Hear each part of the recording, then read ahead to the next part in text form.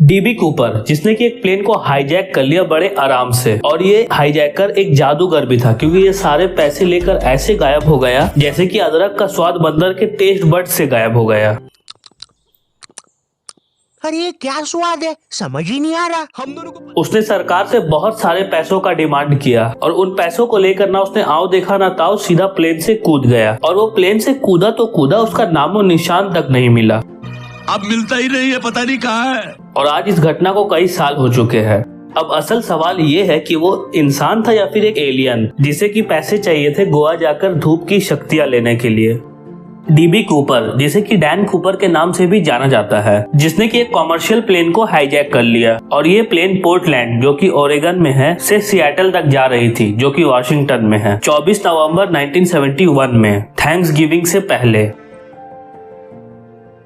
एक मामूली इंसान जो कि लगभग 40 साल के आसपास का था, जिसकी हाइट 6 फीट की थी, जिसने कि एक बिजनेस सूट, एक overcoat, brown shoes, white shirt और एक ब्लैक टाई पहना हुआ था, और साथ ही उसके पास एक ब्रीफकेस और एक ब्राउन कलर का पेपर बैग था। उसने एक $20 की टिकट खरीदी जो कि north line Orient airlines flight 305 की थी, और उसने अपना नाम डैन कूपर बताया था, लेकिन आज तक किसी को उसका असली नाम पता नहीं चला क्योंकि ऑफ कोर्स डैन कूपर एक फेक नाम था।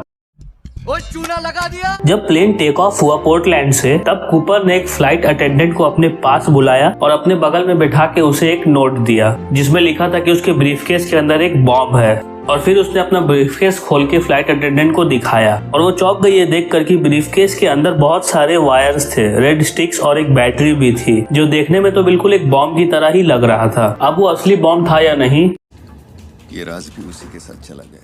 उसके बाद कूपर ने उस फ्लाइट अटेंडेंट को कहा कि जो वो बोल रहा है वो लिख कर कैप्टन के पास ले जाओ, और उस नोट में उसने फिल्मी तरीके से लिखाया था, मुझे $2 लाख शाम 5 बजे तक चाहिए, और वो भी $20 के बिल में, वो भी एक बैग में, और साथ ही मुझे 2 बैक और 2 फ्रंट पैराशूट्स चाहिए, और प्लेन लैंड करते ही मुझे एक रिफ्यूलिंग ट्रक चाहिए जो कि रिफ्यूलिंग के लिए तैयार खड़ा हो। और लास्ट में उसने ये भी कहा कि मुझे बिल्कुल भी मजाक में मत लेना, वरना मैं अपना काम कर दूंगा और तुम सब निपट जाओगे। ये खबर FBI को मिलते ही उन्होंने सारे पैसों का इंतजाम कई सिएटल के बैंक से किया, और पैराशूट्स का इंतजाम सिएटल की पुलिस ने किसी लोकल स्काई डाइविंग स्कूल से किया। और जैसे ही फ्लाइट सिएटल में लैंड हुआ और जब उसे अथॉरिटीज से सारे पैसे मिल गए, कूपर ने सारे पैसेंजर्स को रिलीज कर दिया, लेकिन उसने दोनों पायलट्स को प्लेन में ही रुकने को कहा, और साथ ही एक फ्लाइट इंजीनियर और एक फ्लाइट अटेंडेंट को भी प्लेन में ही रोक कर रखा। और जब प्लेन पूरी तरह से रिफ्यूल हो गया, तब उसने पायलट को मेक्सिको सिटी की तरफ प्लेन को उड़ाने को कहा, और साथ ही उसने पायलट को कहा कि प्लेन को 10,000 फीट से नीचे ही उड़ाए और प्लेन की स्पीड को 200 नॉट से कम रखे ताकि वो कैप्टन अमेरिका बन सके। और तकरीबन रात के 8 बजे सिएटल और रेनो के बीच कहीं पर, उसके बाद अचानक कूपर दौड़कर पीछे गया और प्लेन का पीछे का दरवाजा खोलकर सीढ़ियां नीचे कर कूद गया और कहीं गायब हो गया।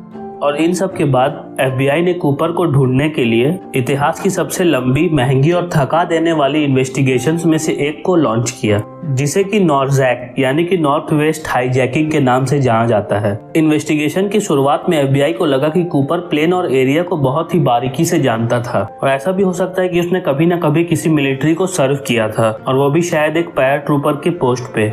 लेकिन बाद में ऐसा पता चला कि शायद वो कोई एक्सपीरियंस स्काई डाइवर नहीं था, क्योंकि उसने जो जंप किया था वो बहुत ही ज्यादा रिस्की था। अब अगर कूपर का ये मानना था तो मुझे नहीं पता। रिस्क है तो इश्क है।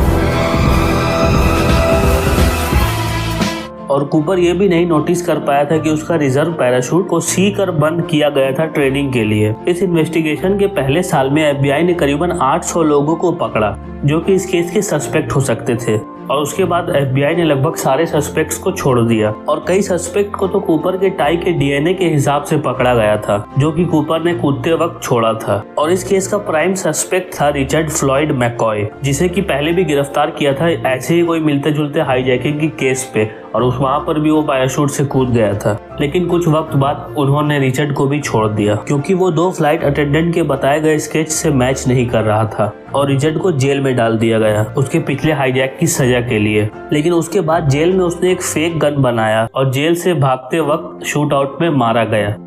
आखिरकार थक हार कर FBI ने यह मान लिया कि कूपर कभी जंप को सर्वाइव ही नहीं कर पाया, क्योंकि उस ऊंचाई में हवा 200 मील से भी ज्यादा स्पीड से चलती है, और 200 मील यानी कि 322 किलोमीटर प्रति घंटे की रफ्तार से। और कूपर को जो पैराशूट दिया गया था वो कभी इस स्पीड को हैंडल ही नहीं कर पाता।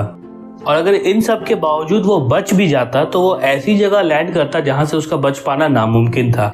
कई साल बीत गए और 1980 में FBI वालों को एक लीड मिला, जब एक लड़के ने एक सड़ रहे पैकेज को FBI को ला कर दिया जिसमें कि $5000 थे और इन सारे पैसों का सीरियल नंबर भी मैच कर रहा था उन $20 के बिल से जिसे कि कूपर को दिया गया था। और उसके बाद फिर से एक बहुत बड़ी सर्च शुरू हुई जहां से वो पैकेज मिला था, लेकिन FBI के हाथ कुछ ना लगा।